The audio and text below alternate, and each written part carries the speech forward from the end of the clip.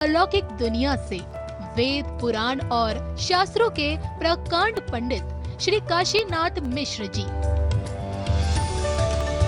इंसानी रूप में महाप्रभु के इकलौते ऐसे परम भक्त हैं जिनका संपूर्ण जीवन भारतीय संस्कृति और आध्यात्मिकता को एक नई दिशा देने के लिए समर्पित रहा। आज भी इस जगत को इस सत्य से अवगत करा रहे हैं कि ईश्वर सत्य है, आत्मा सत्य है, मोक्ष सत्य है और इसी सत्य के मार्ग को दिखाने वाला धर्म सनातन अनादिकाल से चली आ रही एक ऐसी अविरल परंपरा है जिसका अनुसरण करके ही आने वाले संकट से स्वयं को बचाया जा सकता है। वेदों का सार श्रीमद् भागवत गीता हो या फिर सतयुग से कलयुग तक की भविष्यवाणियों का अमूल्य संग्रह भविष्य मालिका पुराण, वर्षों का अध्ययन और महाप्रभु की दैवी कृपा से मिली दैवीय शक्ति से परिपूर्ण पंडित श्री काशीनाथ महाराज आम जनमानस के अंधकारमय जीवन को सत्यता का प्रकाश दिखाने पहली दफा आ रहे हैं अपने सुविचारों के साथ आपके संस्कार चैनल पर। जय जगन्नाथ।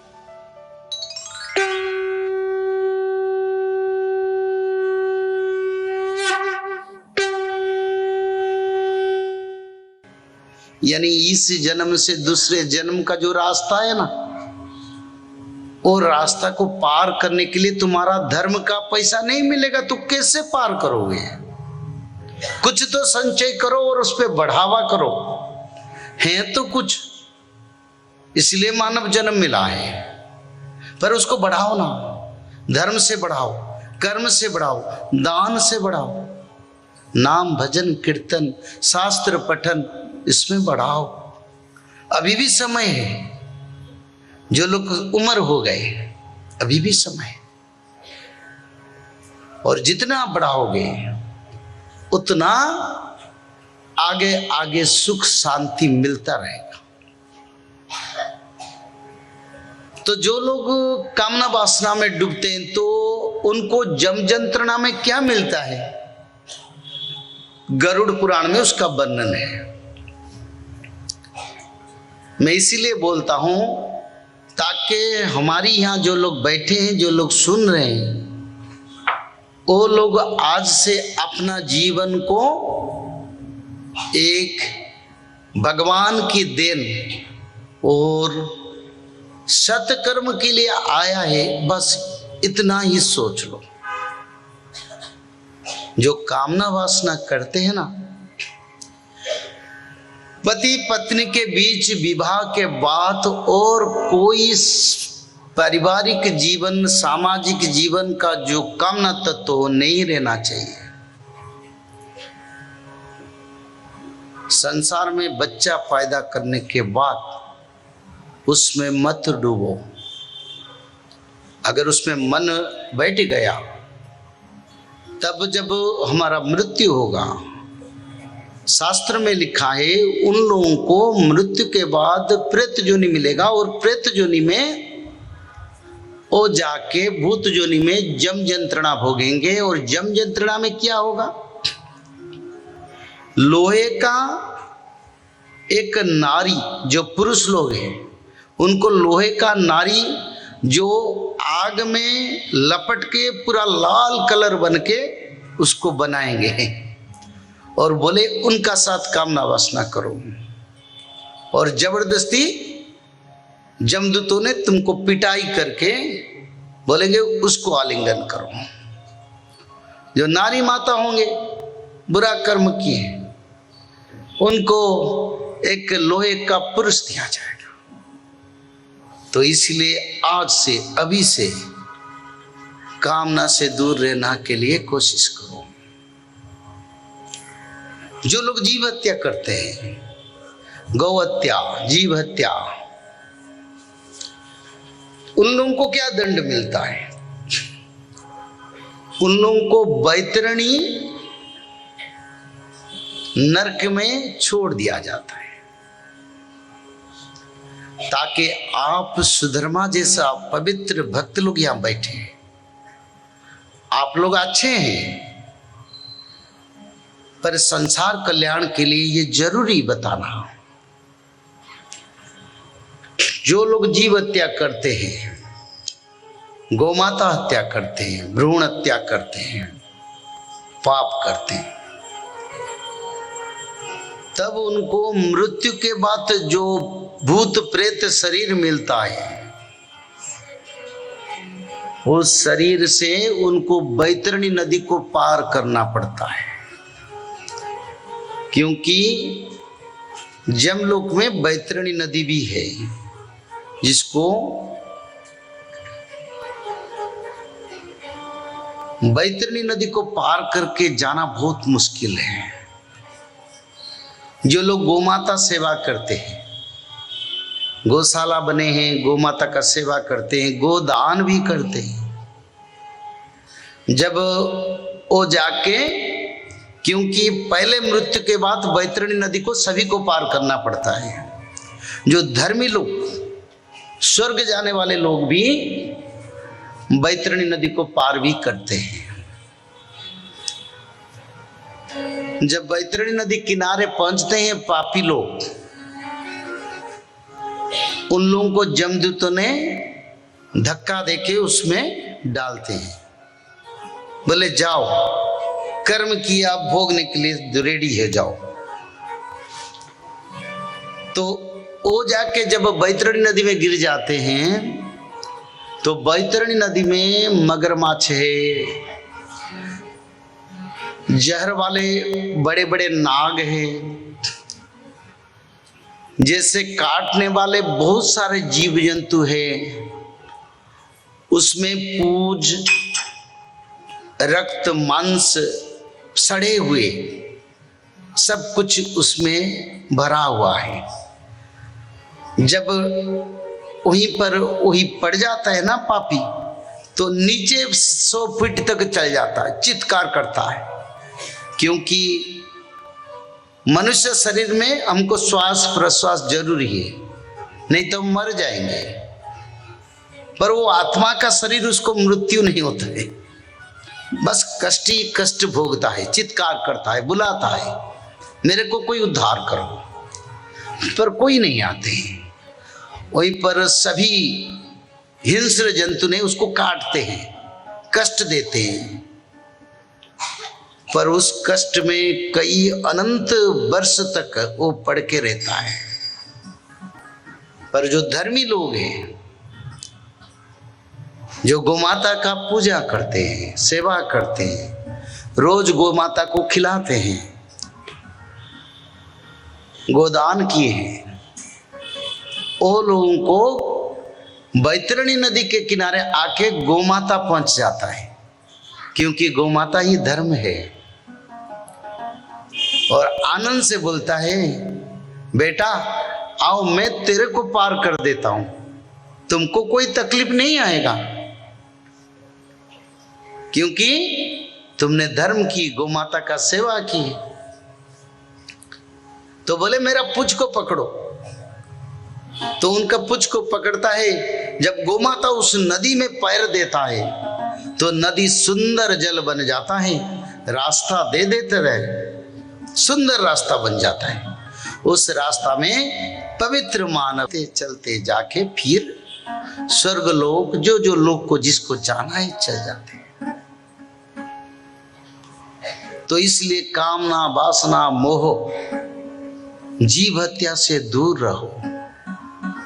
और एक नरक है, ताम्रिस नरक, जो लोग दान नहीं करते, विश्वासघातक करते हैं, लोगों को परेशानी करते हैं, तंत्र मंत्र करते हैं, और पिता माता का सेवा भी नहीं करते, उनको ताम्रिस नरक में डालते हैं। ताम्रिस नरक क्या है? ताम्रिस नरक जो है 12 सूर्य, एक 4 लाख योजन से बड़े हैं, क्षेत्र है। वो भूमि ताम्र में बने हैं, ब्रास में बना है, वहीं पर मिट्टी नहीं है, और 12 सूर्य उस पर उदय होते हैं। एक सूर्य नहीं, 12 सूर्य। वो पूरा गर्म होके जैसे लाभा जैसे लिक्विड आयरन जैसे ऐसे बन के हो रहता है, उनके ऊपर पापियों को लेके फेंक देते हैं, जाओ अपना कर्म का फल भोगो। क्योंकि मानव जन्म इसलिए नहीं हुआ है। अरे कलियुग में तो लोग पढ़ाई करते हैं, शास्त्र पढ़ते नहीं, बोले पढ़ाई से रोजगार आएगा, पर उसको मैं नहीं मानता हूं। कोई दुनिया की सबसे बड़ा टप्पर स्टूडेंट, कोई अनपढ़ जो पढ़ा नहीं, भगवत कृपा है, वो उसको आज पालता है, क्योंकि धर्म सबसे बड़ा है। पढ़ाई करो, मना नहीं है, पर अगर धर्म है ना तो वो आगे बढ़ेगा। कहीं मैंने नहीं दिखा कोई बड़े एजुकेशन वाले पिता माता को, बच्चों को पिटाई करते, पढ़ो और पढ़ो, अच्छा पढ़ो, स्कूल में क्यों 1 नंबर पर नहीं आया। पर क्या होता है, 1 नंबर तो चल आता है, पर भाग्यं फलति सर्वत्र न च विद्या न च पौरुषम। ना पौरुषत्व यानी बल, ना विद्या, भाग्य के बिना गति नहीं है। भगवान की अंश, भगवान के पवित्र भक्त पांडवों ने अज्ञात वनवास जाना पड़ा, पराई घर में नौकर होना पड़ा, क्योंकि कर्म के बिना कोई गति नहीं है। अगर बच्चों को अच्छा संस्कार, अच्छा ज्ञान, भागवत जी पढ़ाएं, त्रिसंध्या करवाएं, तो हमारी बच्चे लोग जाके समय आएगा दुनिया की सबसे बड़ा ज्ञानीवान और संसार की प्रतिपत्तिशाली लोग में एक लोग बन के पढ़ाई वालों के ऊपर राज करेंगे। पहले सनातनी में शास्त्र, उसका बाद विद्या, कलियुग का विद्या। तो इसलिए विद्या अध्ययन करो, पर त्रिसंध्या मत बच्चों को छोड़ाओ। बच्चे लोग अगर त्रिसंध्या ना करते हैं, मानो तुम्हारा ही दुख का समय आ रहा है। तो इसलिए सारे नरक का प्रावधान भगवान किए, इसलिए किए हैं ताकि मानव अगर कर्म करता है, कर्म फल भोगने के लिए उस स्थान को नियंत्रण किया जाए। ताम्र से नरक पर पड़ के आत्मा क्या करता है, पहले बुलाता है अपना बेटा को, बेटा आओ मेरे को उद्धार करो, क्योंकि अज्ञानी है ना, बोलते बोलते बोलते जाएगा, कोई आता ही नहीं। भाई बंधु सोदर को बुलाता है, कोई आता नहीं। पितृलोगों को बुलाता है, तभी कोई नहीं आता है। फिर वो क्या करता है, ऐसे उसमें जलता रहता है। तो इसलिए मृत्यु के बाद हम जिसको बुलाएंगे वो आएंगे और हमारा हाथ पकड़ के हमको लेके जाएंगे। उनसे प्रेम रखो, उनसे भाव रखो, उनसे संपर्क रखो, क्योंकि मृत्यु होने के बाद बेटा को बुलाएंगे, भाया को बुलाएंगे, बहन को बुलाएंगे, कोई नहीं आएगा। जमदंड भोगना था ये।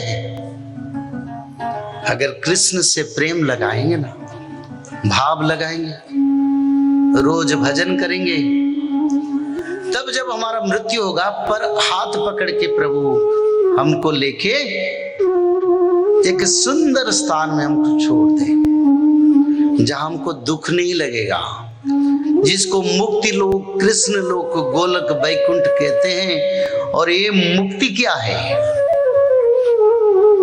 मुक्ति यही है, असुरों को, पापियों को, दुराचारी भ्रष्टाचारियों को तो प्रेत भूत जोनी, और कहीं कहीं किसी को पितृलोक में स्थान मिलता है, जक्ष गंधर्व में स्थान मिलता है, नागलोक में स्थान मिलता है, चंद्रलोक में स्थान मिलता है। बार बार लोग चंद्र को जाते हैं, पर रह पाते हैं?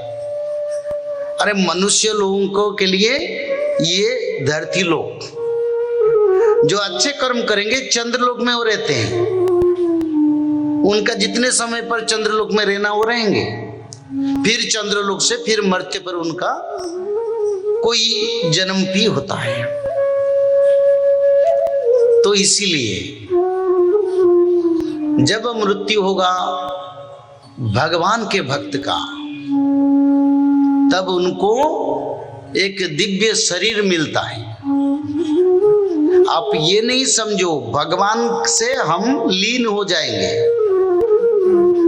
यानी हमारा सत्ता नहीं रहेगा, नहीं, ऐसा कुछ नहीं है।